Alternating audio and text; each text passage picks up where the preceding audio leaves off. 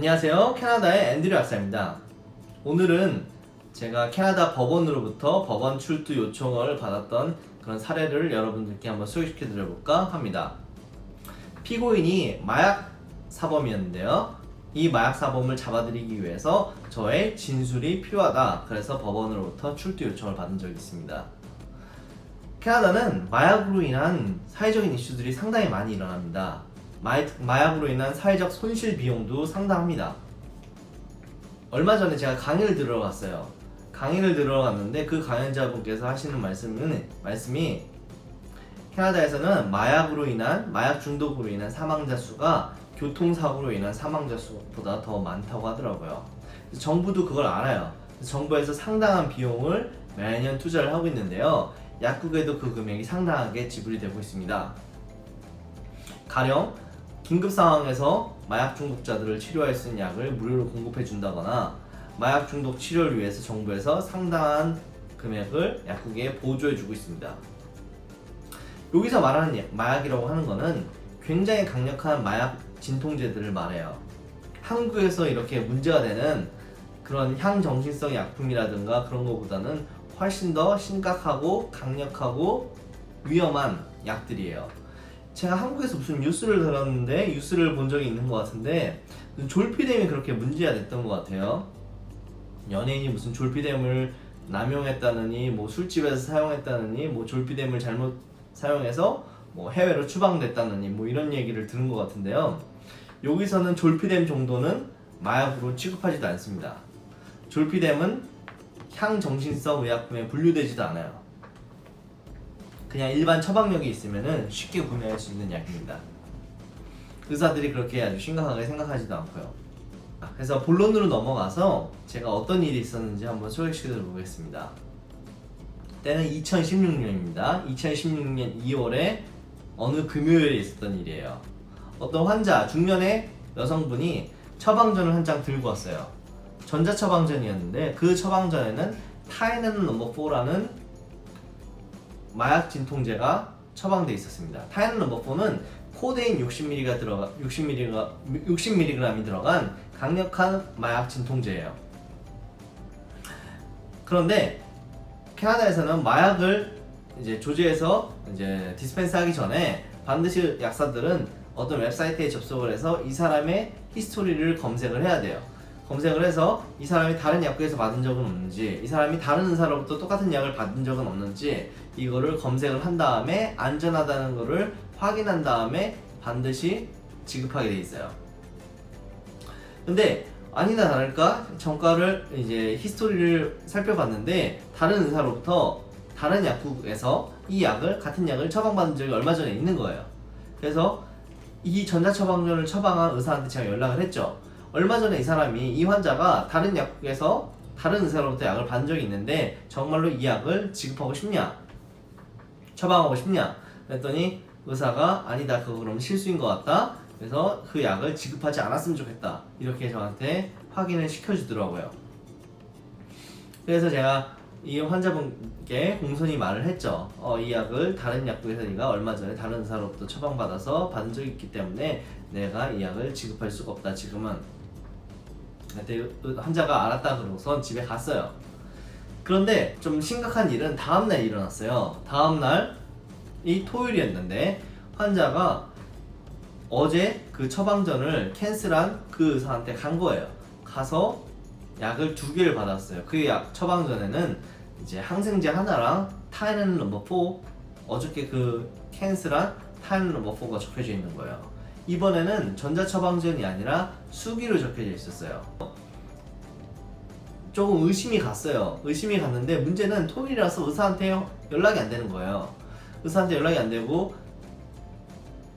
타이레놀 넘버 4를 어저께는 거절을 했지만은 이 거절한 의사한테 가서 상황을 설명했다고 하고 이 환자분께서 저한테 설명을 하길래 저는 이렇게 납득을 했죠. 수긍을 한 다음에 이 약을 타이레놀 넘버 4를 지급을 했습니다. 왜냐면 거절한 의사가 이제 다시 처방을 해줬기 때문에. 근데 조금의 의심은 남아있었기 때문에 저는 그 의사한테 팩스를 다시 보냈어요. 그런 다음에 월요일날 팔로우업을 하려고 했죠. 어저께 분명히 네가 약을 분명히 캔슬을 했는데 이 환자가 너로부터 다시 약을 처방을 받아서 나한테 처방전을 제출했다. 정말로 이 약을 지급하고 싶은 거였냐? 이렇게 팩스를 보냈죠. 근데 월요일날 저한테 의사가 연락이 왔습니다. 자기가 그 이머전시 룸에서 응급실에서 이제 항생제를 처방한 것은 맞는데 타임 넘버 4는 자기가 처방을 하지 않았다. 이 사람이 이 마약을 위조해서 처방전을 위조해서 나한테 마약을 타갔다. 이러는 겁니다. 저는 깜짝 놀랐죠. 그래서 월요일날 많은 일이 생겨났습니다. 저는 이제 컬리지 약사들을 관리하는 컬리지에도 연락을 해서 이 마약을 위조한 처방전을 위조해서 마약을 받아간 그 사연에 대해서 제가 진술서를 썼고요. 이제 경찰에도 신고를 했습니다. 경찰에 신고해서 경찰이 와서 이제 처방전을 복사해 가고 모든 사건 경위서를 적어갖고 가고 뭐 여러 가지 일들이 있었어요. 저는 헤드 오피스에 뭐 보고도 해야 됐고요. 근데 이렇게 그래서 월요일날 모든 거를 정리하고 의사랑도 상의를 하고 모든 걸 정리하고 이제 일단 일단락이 됐죠. 근데 이제 1년이 넘게 지난 시점에 2017년 12월에 경찰이 우리 집에 찾아온 거예요. 경찰이 찾아와서 문서 한 장을 줍니다. 그 문서는 이제 뭐라고 적혀져 있냐면 subpoena to a witness라고 되더라고요. 이렇게 적혀져 있는 거예요. 증인으로 법원에 출두해 달라는 건데요. 이거는 캐나다에 거주하고 있는 사람이면은 이 법원에 반드시 출두를 해야 됩니다. 만약에 출두하지 않으면은 상당한 금액을 지불해야 돼요. 그리고 이 피고인, 이 처방전을 위조해서 마약을 타간 이 사람이 유죄가 아니라 무죄가 될 수도 있는 거예요. 왜냐면 증인이 없기 때문에. 근데 저는 이제 그 당시에 이제 2016년 6월인가 이제 알버타에서 BC주로 이사를 왔어요. 근데 법원에 출두하기 위해서는 알버타주로 다시 가야 되는 상황이에요. 참 난감한 상황이죠. 왜냐면 제가 옛날에 일했던 곳은 비행기도 없어요. 비행기도 없어갖고 운전을 해서 가야 돼요. 운전을 해서 10시간 이상 가야 되고 호텔에서 최소 하룻밤은 묵어야 되고 참 번거로운 상황이 벌어졌죠. 그래서 법원에 전화를 해서 비슈주에 사는데 이제는 지금 거의 2년이 지나서 내가 지금 법원 출두 요청을 받았는데 정말로 가야 되는 거냐, 이렇게 증거도 명백한데 내가 너네가 위조된 처방전을 복사해서 다시 가져가지 않았냐, 증거도 있는데 내가 정말 가야 되냐고 이렇게 설명을 많이 했죠. 근데 반드시 출두해야 된다고 하더라고요. 근데 다행인 거는 그 사람이 제가 BC주에 이사 왔다는 걸 듣고서는 어느 정도 참작을 해줬습니다. 참작을 해서 우리 집 근처에 있는 법원에다가 비디오 카메라를 설치해 줄 테니까 그 비디오 카메라로 진술을 해달라, 이렇게 이제 편의를 좀 도모해 준 거죠. 그래서 저는 알겠다, 그 정도는 내가 충분히 할 수 있다. 그렇게 해서 이제 저는 집에서 가까운 법원에 출두해서 이제 비디오 카메라를 통해서 진술을 하기로 약속을 했습니다. 재판날이 다가와졌어요. 재판날이 가까워졌는데 이제 환자가 건강상의 이유로 한번 이제 연기를 했습니다. 연기 신청을 했어요. 그리고 다시 한번 이제 재판 날짜 정해주고 저는 이렇게 출두를 하기로 했죠. 근데 이제 출두하기 한 2-3일 전쯤에 어떤 일이 일어났습니다. 어떤 일이 일어났냐면은 그 피고인이 자기의 잘못을 100% 인정하기로 했다, 법원에서 연락이 왔어요.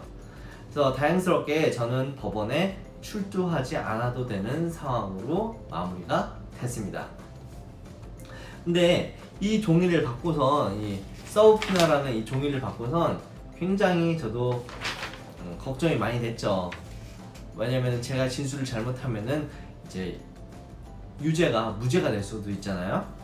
어떻게 또 제가 영어도 잘 못하니까 많이 조바조바했던 사례가 있었습니다. 많이 조바조바했죠 그때. 그래서 여러분들께 한번 이 경험을 한번 공유하고 싶었습니다. 다음번에는 한번 제가 조금 다른 영상으로 또 다시 한번 소개시켜 드려 볼 텐데요. 지금까지 시청해주셔서 감사드리고요. 좋아요, 구독 부탁드립니다. 감사합니다. 캐나다의 앤드류 박사였습니다.